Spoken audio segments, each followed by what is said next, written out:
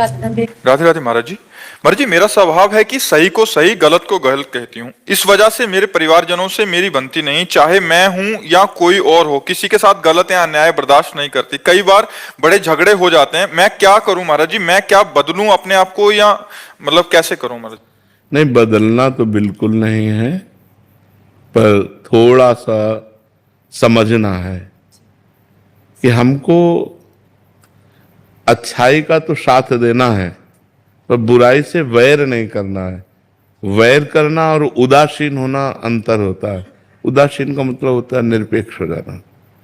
हम आपसे न मित्रता रखेंगे न शत्रुता रखेंगे।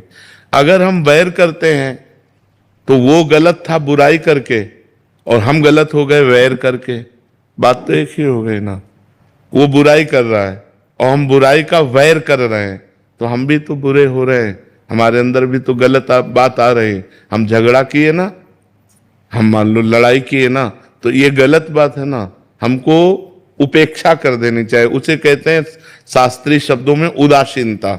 उदासीनता न मित्रता और न शत्रुता। आपका आचरण है, आप जानिए। बस बहुत कम लोग ऐसे होते हैं जो अच्छाई से चलते हैं, अच्छाई का साथ देते हैं। पर बुराई का त्याग करना है, पर बुराई से झगड़ा नहीं करना। यदि हमने बुराई से झगड़ा किया तो वो बुराई में स्थित है, हम झगड़े में स्थित है, बात तो एक ही हो गई।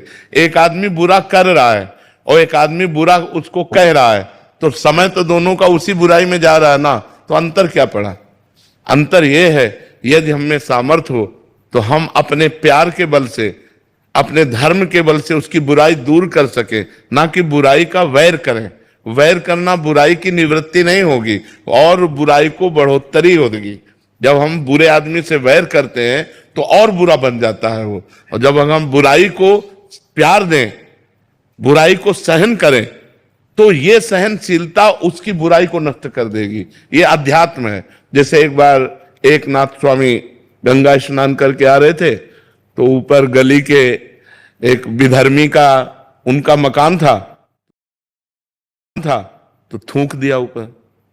वो फिर गंगा नहाने गए, फिर थूक दिया, फिर नहाने 100 बार थूका। वो कुछ नहीं बोले, एक बार देखा भी नहीं गंगा स्नान करने। 100वीं बार वो आके चरणों में गिर गया, क्योंकि 100 बार थूका और एक बार भी नहीं देखा, एक बार भी गाली नहीं दिया, एक बार भी नहीं बोले। तो आके हाथ जोड़ा और कहा गलती पड़ गई, मुझे क्षमा करो, मैंने 100 बार आपके ऊपर थूका, तो उनका मेरे ऊपर आपकी कृपा हुई। देखो संतों का स्वभाव, अच्छाई का स्वभाव। मेरे ऊपर आपकी कृपा हुई क्योंकि मैं एक दिन में एक बार गंगा नहाता था और आपकी कृपा से 100 बार गंगा नहाया हूं। इसमें अपराध क्या? वो जिंदगी भर के लिए बुराई छोड़ दी। ऐसे गंभीर संत होते हैं। तो हमें चाहिए, अच्छाई हमारी यही है कि बुराई हमको परास्त ना कर पावे और बुराई से हमारा वैर ना हो पावे। त्याग। महाराज जी, ये कैसे करें? नाम जप। नाम जप करोगे, नाम जप में बहुत सामर्थ्य होती है। जब अपने अंदर साधुता लाएंगे, हम नाम जप करेंगे, तो चाहे स्त्री हो चाहे पुरुष, बराबर भगवान की कृपा सब पर है। तो हमारे ऊपर जब कृपा होगी तो हम ऐसे सहनशील बन जाएंगे। नहीं, वैर करते करते आप देखो, एक शब्द बोली कि अच्छाई छोड़ दूं, कितनी कमजोर हो गई कि आप अच्छाई को छोड़ने के लिए प्रश्न कर दिए। इसलिए अच्छाई छोड़ने वाली चीज नहीं है। आज तो अच्छाई पे लोग चलना नहीं चाहते, पर अच्छाई को अभिमान में ना लाएं, वैर ना करें, भगवान का स्मरण करें और सबको सुख पहुंचाने की चेष्टा करें। यही अच्छाई है। वो अच्छाई ज्यादा अच्छी नहीं है जिसमें हम दूसरों को क्लेश दें, दूसरों से लड़ाई झगड़ा करें कि हम बहुत अच्छे हैं, आप गलत हो। ये ठीक नहीं है। इससे परिवार में लड़ाई झगड़ा होता रहेगा और आप अशांत रहेंगे और आपको अच्छाई से भी घृणा होने लगेगी कि वो अच्छाई किस काम की जिसमें रोज झगड़ा हो। इसलिए सही था। शोभित अग्रवाल जी। राधे राधे। राधे राधे महाराज जी। महाराज जी, अभी कुछ दिन पहले आपने एकांतिक में बताया था कि जब प्रारंभिक अवस्था में आपकी दोनों किडनी खराब हुई, ऐसा पता चला तो आपको आश्रम से निकाल दिया गया और कहा गया कि हम तुम्हारे ठेकेदार हैं। आपने उसी समय अपना सामान उठाया और आश्रम से निकल गए। महाराज जी, वहां से निकलने के बाद आपने क्या किया और आपके जीवन का संघर्ष क्या? हम राधा वल्लभ जी गए और राधा वल्लभ जी से बात की कि कहाँ रहे, क्या करें। 2 घंटा बैठे रहे, क्योंकि हमें विश्वास है कि हमारा बचपन से भगवान के मार्ग में रहना, तो हमने कदम कदम पे भगवान की लीला देखी है, उनकी कृपा देखी है, तो हमें विश्वास है कुछ ना कुछ होगा। अगर उन्होंने निकाला है तो किसी न किसी रूप में वो हमारी व्यवस्था करेंगे। अब वृंदावन में हमारा किसी से परिचय नहीं था, 2 घंटा बैठे रहे, आरती हो गई ठाकुर जी की, कोई न संकेत मिला न कोई बात की, तो झोला टांगा बाहर निकले कि फुटपाथ में पड़े रहेंगे। जो ही निकले तो एक संत मिले, तो ऐसे ही राधे राधे करते, तो उनका कहाँ झोला टांगे जा रहे हो, तो बताया। अरे बोले चलो ना हमारे पास एक कमरा एक्स्ट्रा है, तो काली दह में उन्होंने कमरे में रखा। फिर कुछ दिन हुए तो गोस्वामी जी मिले जो राधा वल्लभ जी के हैं, तो उन्होंने कहा कि बाबा आजकल कहाँ रहते हो, तो हमने कहा पाठक बाबा अपने कमरे, आ जाओ ना हितधाम, कुटिया खाली है। बस हितधाम आ गए, तो हमारा जीवन का जो मोड़ हुआ वो हितधाम से हुआ, जो जीवन का हमारा परिवर्तन हुआ वो हितधाम से हुआ। 10वें वर्ष हितधाम में रहे, तो एक छोटी सी कुटिया थी, मतलब जिसमें पैर फैलाएं तो दीवार इधर इधर इधर, बस एक बाथरूम जैसी, और ऊपर छत टूटी हुई और बिजली का कनेक्शन नहीं। तो जब 10-12 वर्ष हो गए, हमारा चमत्कार और सब हुआ है भगवान का हमारे साथ, मतलब तो हम आश्चर्य माना। तो स्वामिनी कुंज जो बनी थी जिसमें हम सत्संग करते थे, वो सब आपस में मिल करके सब बन गए, हमको पता भी नहीं चला कैसे क्या बन गए। और बस फिर राधा के कुंज बनी, तो धीरे धीरे देख ही रहे सब, यहाँ तक ऐसे जीवन यात्रा हुई।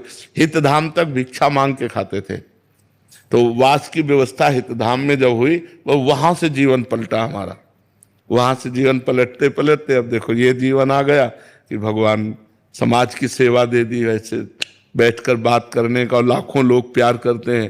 तो भगवान की कृपा से जिसको कोई पानी देने वाला नहीं था, आज हजारों लोग प्यार करने वाले हैं। ये भगवान का सब दिन होत ना एक समान, एक समय वो था और एक समय ये है।